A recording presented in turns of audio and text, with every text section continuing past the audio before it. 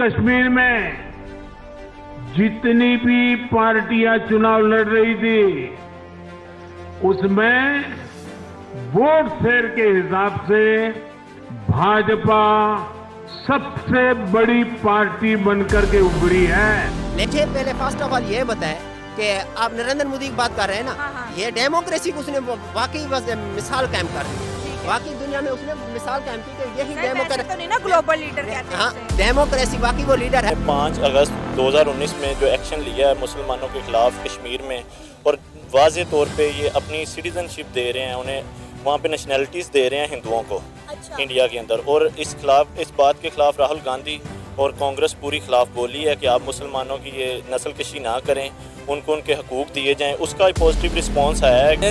मोदी ने जो ये काम किया, हम इस चीज़ को मोदी को क्रेडिट देते हैं कि उसने जो है ना कश्मीर की जो है विक्ट्री को एक्सेप्ट किया और उसको सराहा किया।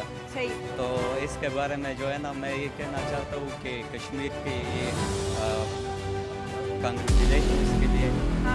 आज थोड़ा सा बहुत ही इम्पोर्टेंट विषय पे हम वीडियो बना रहे हैं। जो हाल ही फिलहाल जम्मू कश्मीर में जो इलेक्शन हुआ उस पर जो रिज़ल्ट निकला वो कुछ चौंकाने वाला रिज़ल्ट था नहीं, सबको पता था कि ऐसा ही आने वाला नतीजा। लेकिन जो बीजेपी नरेंद्र मोदी के नेतृत्व में उनकी पार्टी ने बहुत अच्छा किया है और सबसे ज़्यादा वोट परसेंटेज बीजेपी को ही मिला है। लेकिन जो नेशनल कॉन्फ्रेंस जो अलायंस बनाया था आपका कांग्रेस और सीपीआईएम के साथ, उनको जीत मिली है। टोटल 90 सीटों पे जीत के लिए चाहिए था 46 सीट, और नेशनल कॉन्फ्रेंस के जो अलायंस है उनको मिला है 49 सीट। तो जाहिर सी बात है जो सीएम है वो जो नेशनल कॉन्फ्रेंस के जो वाइस प्रेसिडेंट है उमर अब्दुल्ला वही बनने वाले हैं और उनका शपथ ग्रहण होने वाला है।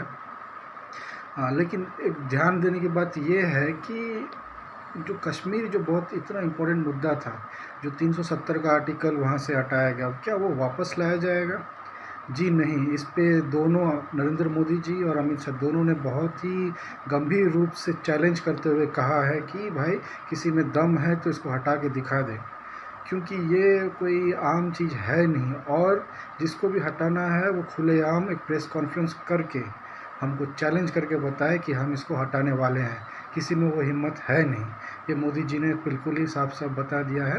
तो आप लोग टेंशन मत लीजिए, भले ही बीजेपी हार गई है, नेशनल कॉन्फ्रेंस को मौका मिला है, अच्छा सरकार बना, 10 साल बाद चुनाव हुआ है जम्मू कश्मीर में, और पिछले 6 साल से तो प्रेसिडेंट टूर लगा ही हुआ था।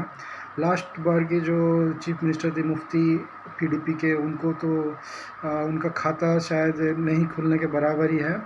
और जो सबसे ज़्यादा जो सिक्योरिटी डिपॉजिट जो जब्त होता है, मतलब इसका मतलब ये है कि अगर कोई कैंडिडेट इलेक्शन लड़ता है और उसको जो टोटल वोट पड़े हैं उस रीजन में, मीन्स उस कॉन्स्टिट्यूंसी में, उसमें से 1/6 से भी कम अगर उसको वोट मिलता है ना, तो उसने इलेक्शन में जब पर्चा भरा था तो उस वक्त जो उन्होंने सिक्योरिटी डिपॉजिट रखा होगा अपना कोई भी संपत्ति का कुछ भी, वो वापस नहीं मिलने वाला। तो जितने भी पीडीपी के मेंबर्स थे उनको उनका गया है ये सब। और नोटा भी 1% के ऊपर नोटा वोट पड़े हैं। लेकिन देखने की बात यह है कि ये जो मफलर वाले को 1 सीट मिला है। जी हाँ दोस्तों, आपको मिला, डोडा असेंबली सीट मिला है, कोई मेहर मलिक है उनको मिला है। और लेकिन हमारे जो पड़ोसी मुल्क में जो रिएक्शन हो रहा है उसमें थोड़ा सा बहुत अच्छा उनका रिएक्शन आ रहा है कि उन्होंने सराह रहे हैं मोदी जी को, क्योंकि उन्होंने मोदी जी ने हारते हुए भी जो तारीफ़ की है, बधाई दिया है उमर अब्दुल्ला को, तो उसकी प्रशंसा सब जगह हो रही है। और इस लोग कह रहे हैं कि भाई साहब कि इसी को डेमोक्रेसी कहते हैं, और ऐसे ही होता है कि हारने वाले को अपनी हार स्वीकारना चाहिए खुलेआम, और भी बेहतर करने का प्रयास करना चाहिए। तो दोस्तों आप देखिए आगे इनका रिएक्शन, और वीडियो को लाइक कीजिए, शेयर कीजिए, सब्सक्राइब कीजिए ताकि और अच्छे वीडियो बनाते रहें।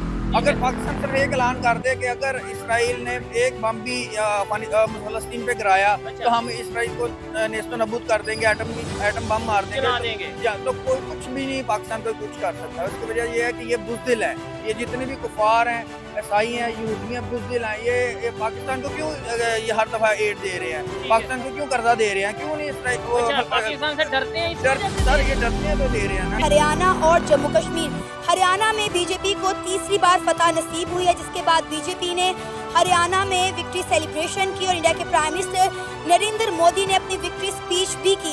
लेकिन अगर हम बात करें जम्मू कश्मीर की, तो इंडिया के प्राइम मिनिस्टर नरेंद्र मोदी ने आर्टिकल 370 और 35A रिमूव करने के बाद जम्मू कश्मीर में बहुत ज़्यादा डेवलपमेंट की, इन्वेस्टमेंट लेकर आए, लेकिन उसके बावजूद भी उन्हें जम्मू कश्मीर में शिकस्त का सामना करना पड़ा और जम्मू कश्मीर में कांग्रेस और नेशनल कॉन्फ्रेंस की इज्तिमाई पार्टी को फतह नसीब हुई है। का बहुत बड़ा दिल है, जो कि उसने इलेक्शन हार के भी उसने अपने हार मान लिया और जीतने वाले को मुबारकबाद दी। हमारे पाकिस्तान में अगर जो इलेक्शन हार जाते तो ये बोलते कि इसने धांधली की है, मुझे क्यों निकाला, ये वो फलाना भी ना।